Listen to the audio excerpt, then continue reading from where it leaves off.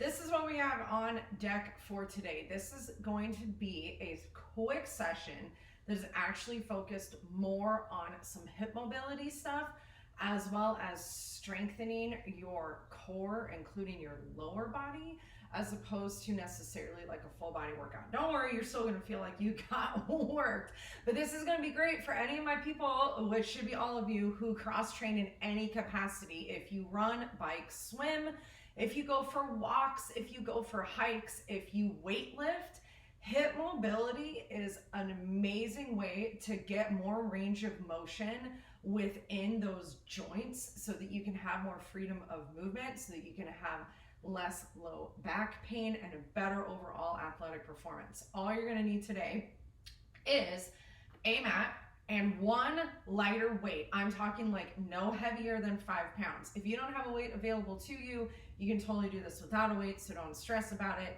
It's just there as like an additional strength option. As always, I have my 2 fluffy assistants. Please don't mind them if they get into this work. So what I want you to do is get onto your mat. You're gonna turn to face your mat. You're gonna come onto all fours in your tabletop position, and you're gonna find a cat-cow. So arching that spine, looking straight up to the sky. Don't forget to pull your ribs up and in. You should have core engagement even here. And then finding that angry cat back. Getting a little bit of mobilization through your spine, especially your thoracic spine. The biggest tip that I can give to you as you continue to move through this is, if you have a tight back, especially if you're doing this first thing in the morning, which is actually what I'm doing right now, when you find your angry cat back, shift back and bring your butt closer to your heels to help to open up that low back. You're gonna feel that stretch move down into your lumbar spine. So this hip mobility stuff is stuff that I do on a regular basis to help to keep my joints nice and mobile. It's not the same as stretching, but it will feel that way. So if it feels tight, don't be discouraged. It just means you need to do this more. Go ahead and find your neutral. We're gonna find a runner's lunge and actually stretch a little bit to start. So make sure your weights are out of the way. I did not do a good job with that. You're going to take your right foot forward, take your hands to the inside of that right foot, and just hang out here, shifting that left hip down. You should feel an opening start to happen. It might feel like a tugging sensation along the front of your left leg. Now, when you do this, you can take your right foot out to the right more. You can go heel and toe out on that right foot. You can twist to the right. You can twist to the left. You can stay up here on your hands, or you can come down onto your elbows. It's really up to you. You can sway. I think a lot of people think that when they stretch, they have to be still. You don't. You can move around, you can sway. Get into those little tight pockets a little bit more, like, oh, just found one. Breathe, make sure that your abs are still supporting you. You're bracing through your core. We won't be here long, and I do anticipate that you are not at your full depth with this, especially if this is the first thing that you're doing today. So be patient with yourself. And then we're going to switch sides. So you're going to shift back towards that left knee, bring that right foot back, plant that right knee down, shift forward, bring your left foot to the outside of your left hand, and then shift down, feel that tugging sensation along the front of that right leg. Figure out the spot that works for you. Every side, every day is different. So if you have a different variation on this side right now than you did on the first one, it's totally okay. What you want to focus on with this is getting those anterior hip muscles, which go all the way up into your iliacus and your psoas. They're deep, deep laying muscles in the front of your core to start to release a little bit. It can take a minute, so be patient. But especially if you sit a lot, if you have a tight low back, hip mobility stuff can be really good for you. I honestly use hip mobility with every single client that I have, regardless of if they are a working professional, stay-at-home mom, or one of my athletes, or even one of my teenage athletes. We all need this. All right, you're gonna shift all the way back one more time. Bring your big toes together to touch. Let your knees butterfly out wide. Find a child's pose. Let your chest drop in between your hands. Let your booty come a little bit closer towards your heels. Focus on your breath here. You can use your fingertips and push into your fingertips to help get a bigger anchoring sensation of those hips down towards those heels. Again, make sure you're breathing and you're not straining with this. You shouldn't feel your shoulders hiking up to your ears. It shouldn't feel like the worst thing in the world, all things considered. I like to roll out my wrist when I'm in this one. All right, go ahead and come on up. You're gonna meet me sitting down on your butt. Again, make sure your weight is out of the way. You're gonna sit up nice and tall, and you're going to separate your feet out as wide as your shoulders. So the goal with this is that you should not have your hands on the ground behind you. If you're new to this and you need that extra support, go for it. Lift your toes up, and then you're gonna windshield wiper your legs side to side. So you're gonna let your knees fall from one side to the other. Now, if you have a butt cheek lift off the ground with this, it's fine. Don't worry about it. What you're doing is forcing the internal and external rotation of the femur within the hip socket. So the top of your femur bone, that big leg bone, is ball. That ball sits in your hip socket. And mobility comes from us moving it in as many directions as humanly possible so that we can get that range of motion and that freedom of movement. Now, what you're gonna do is find a little Z-sit on this next one. So you're going to take your right foot forward, your left leg is gonna come back. Don't worry about whether or not that left butt cheek touches the mat. What you wanna look for is that you are in a series of 90-degree angles from the left ankle, knee, hip, to the right hip, knee, ankle, okay? Once you have that, again, if the left butt cheek is off the ground, we're not gonna worry about it. Take your right hand to the right side of you on the ground, take your left hand on the hip, and then you're gonna push your hip forward, and then you're gonna pull your hip back like you're trying to sit down on the ground behind you. And then you're gonna do it again. And you're gonna keep going. Getting that ball again to turn in the hip socket. So think about sitting up nice and tall. If you wanna let go of the ground, you totally can. I typically do, but again, I'm very used to this. So if you're new to it, give yourself that extra support. If you have a yoga block, you can even stick it underneath this right hand. Go ahead and find that gentle neutral spot. Right hand now down onto the ground for this. Left hand onto the right shin. You are going to push gently that right leg down into the ground. Take a breath, and then release. And then do it again. It might feel like a lot, it might not. We got one more here. Relax. Keeping that left hand where it is, you're gonna push the right leg up into the left hand. Take a breath, and then release. And then do it again. So again, when you move that femur in the socket, what you're doing is creating strength, one more, on all those little hip muscles. Go ahead and relax it. Now, come to the back leg. You're gonna take that left knee, you're gonna lift it and lower it. I don't want you to feel like you have to lean all the way over to the right with this. You should still be stacked. Think shoulders over hips and let that determine the lift. And again, guys, if it's small, don't worry about it. One more. Bring that knee down. Now, lift the left foot without shifting forward. Lower it, and then lift it again. What you're gonna notice is a tremendous amount of engagement in your left glute medius and piriformis. So you should feel the side butt working. One more. Bring it down, take your hands to the outside of your right leg. Keep your back nice and long. You're gonna bend your elbows, drop, and then lift. And then do it again. Drop. And then lift. One more drop. And then lift. Okay, now you're going to turn slightly, plant that right arm down, and you're going to lift your hips up. Let that left leg straighten a little bit. The right knee will stay bent. Open up through that left hip. Take a breath. Come on down. And we switch sides. Left leg forward, right leg back now. Shake off that first side. It's all good. Sit up nice and tall. Remember, if the right butt cheek is off the ground, it's not a big deal. Take your right hand onto your right hip if you would like and find that shift forward and then back. So just gradually starting to open up all those muscles that surround your hips. Your pelvic bone, your pelvis, is biggest bone in your body. I want to say, don't quote me on that. If it's not the biggest, it's one of the biggest. How about that? Find that neutral spot. Left hand on the outside of your mat, right hand to the inside of that left leg. You're still at all those 90-degree angles. You're going to push left leg in the left hand. Bring it down, release. Do it again. Taking a breath at the top. So you got to give that bone a lot of support. One more. Relax. Now you're going to push the hand into the leg. And then release.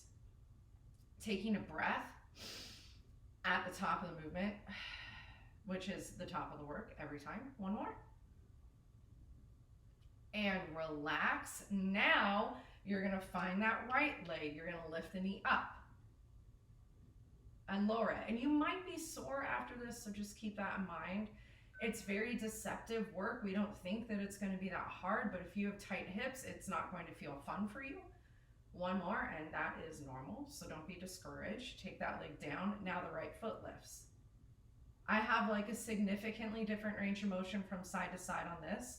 So what I'm focusing on more is hips and above, staying nice and still so I can focus. See how my left leg likes to lift? We don't want that. One more, and down. See, that's something I gotta work on too. Take your hands around that left leg, nice long back, bend your elbows and drop. And listen, if you have more time, right? I'm kind of barreling through this pretty quickly. You can pause this video and do each exercise like 8 to 10 reps if you have a little bit more time. Come on up, take the left hand outside of you, turn to the right a little bit. The left leg is gonna stay straight, let the right leg string, open up your hip. Take a breath, and then come on down. Now, you're gonna grab that little weight, turn to face your mat one more time. That weight is going to get hooked behind your right knee. Hold it into place with your right calf muscle and hamstring. Hands come down onto the mat. You're in a tabletop position. Find a soft flex from that right angle. Your toes are relaxed. Draw your abs up and in. Stamp that heel up. Draw it down. Lift it right back up again. Strengthening up through your glutes and your hamstrings. You should have more pressure and tension into the right hand, less into the left. If you want to lift that left arm up for an additional challenge, go for it. I don't want to today, so I'm not gonna. And that's how fitness is. 3 more on this side. 2 more. Make sure you're breathing on that movement up. 1 more. Hold it up on this next one. Little tiny pulses. Lift the abs up and in. Lengthen out the spine. Your low back should be nice and flat. Your toes are relaxed. 3, 2, 1. Bring it down. Shake it off. And we switch sides. Weight now goes behind that left leg. Hands down onto the mat. Lift your abs up and in. Find that nice long spine. Flex the ankle. Kick. And then lower. Remember, if you want to float that right arm, go for it, because you should have more pressure and tension into the left side, less into the right. Keep your obliques nice and long as you go through this. That gaze is neutral, so probably at the top of your mat. We're almost there. You got 3. Breathe for 2. You got this. Hold this next one up. Little tiny pulses. You can even make a fist with that right hand if the wrist is starting to bother you. Uh-oh. 3. 2 more. Good, last one. Draw it all the way down. Come on up. Now, we're gonna find a variation on something called thigh stretch as a means to open up the front of your legs. Now, if you have sensitive knees at all, please feel free to grab a towel or even a pillow, place it below your knees to give you a little bit extra support. We're doing 1 set without the weight, we're doing 1 set with the weight. Now, traditionally, your hands should be behind your ears with your elbows out wide. I'll take that option. Hands on your hips will also work. Arms out in front of you will also work. Anchor your shoulders down, draw your abs up and in, and from the knees, you're gonna lower back, hinge back, and then lift up. So what you should feel on the drop is a lot of stretch through the front of your legs. So you stop where you feel the tug not where you arch the spine. This isn't camel pose in yoga. So I want you at the bottom in a straight line from the ear down through the knee. You're not sticking your butt back. You're not arching your spine.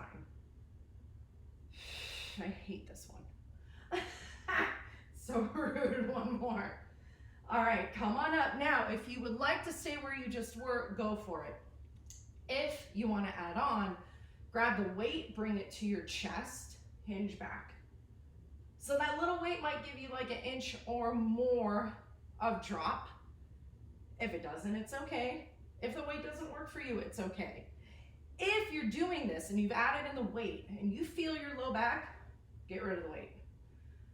That's a non-negotiable. Sometimes we need to do things for safety and step away from that ego. 2 more. Ooh, wait. 1 more here. Come on up. Woo! And then flip so that you are laying down on your back on the mat. If you have a towel, get rid of it. Bend your knees, plant your feet flat onto the mat, and we're going to articulate a bridge. Tuck your pelvis, roll all the way up, and then roll all the way back down. Remember, if this rolling motion through your spine either doesn't feel good today or a doctor has said don't do that, you move through a flat back to lift and lower your hips. My assistant is going to help me. Hi, buddy. How you doing?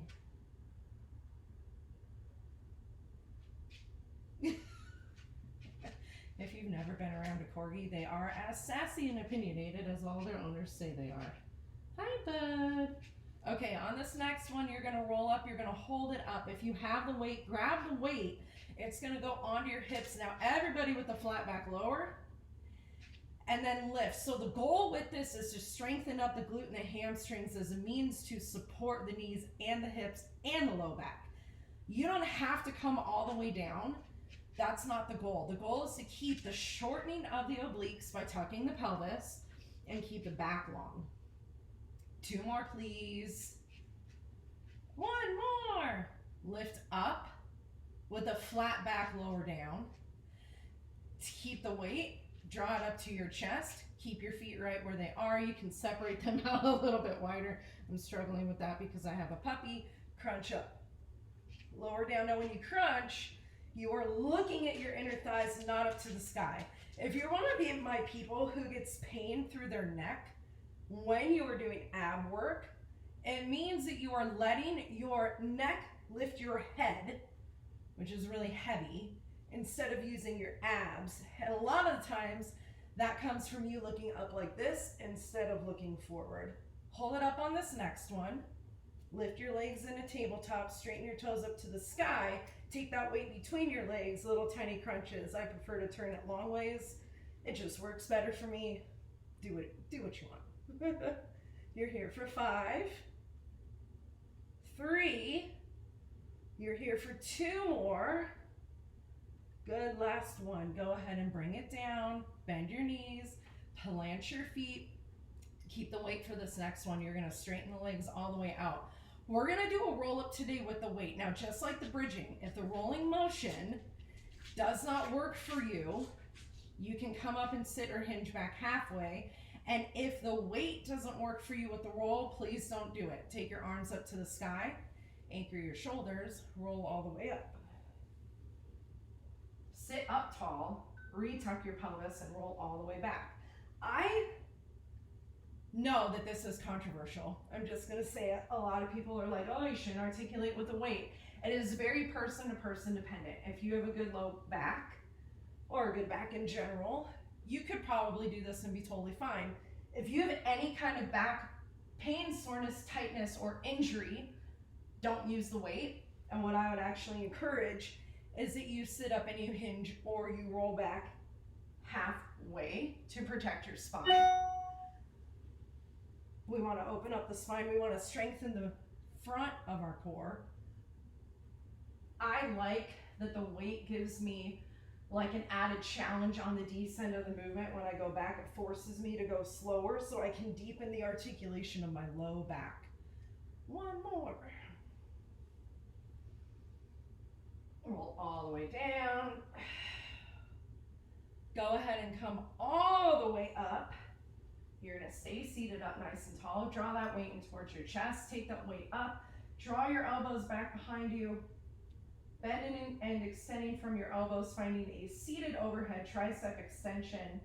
Making sure that your shoulders are anchored, even if that means the elbows need to come out a little bit wider. And making sure that you are stacked, ears, shoulders, and hips. If you need to find a slight bend through the knees, go for it. We're here for 3. Wrapping it up. 2. Lift those arms all the way up. Go ahead and draw that weight down. Place it off to the side. Sit up nice and tall. Move your butt cheeks out of the way if you need to. We're gonna end with a quick spine stretch forward. Those arms go out in front of you. Anchor through your shoulders, and you're gonna find a double exhale as you stretch forward. And then sit up nice and tall. So lengthen in both directions of the movement. As your butt extends back, your head extends forward. Your abs lift you up and in. 2 more. I like this one. 1 more. Hold it. Drop your hands. Let your spine curve a little bit if you want. I don't prefer to do that today. Bend your knees still if you need to. And breathe into this forward fold, opening up through the backs of the legs. Finding your breath. So really quick, little hip mobility session. Please take this as many times a week as you want. Go ahead and come on up. All it's going to do is open up your hips more so that you can see an increased performance in everything else that you're doing, which honestly we want, because then we know we're not wasting our own time. Thank you for joining me. I hope you have a great rest of your day. Remember, if you have questions or you need anything, to reach out to me on social media. My handle on Instagram is @Lisa Peranzo. Have a good one.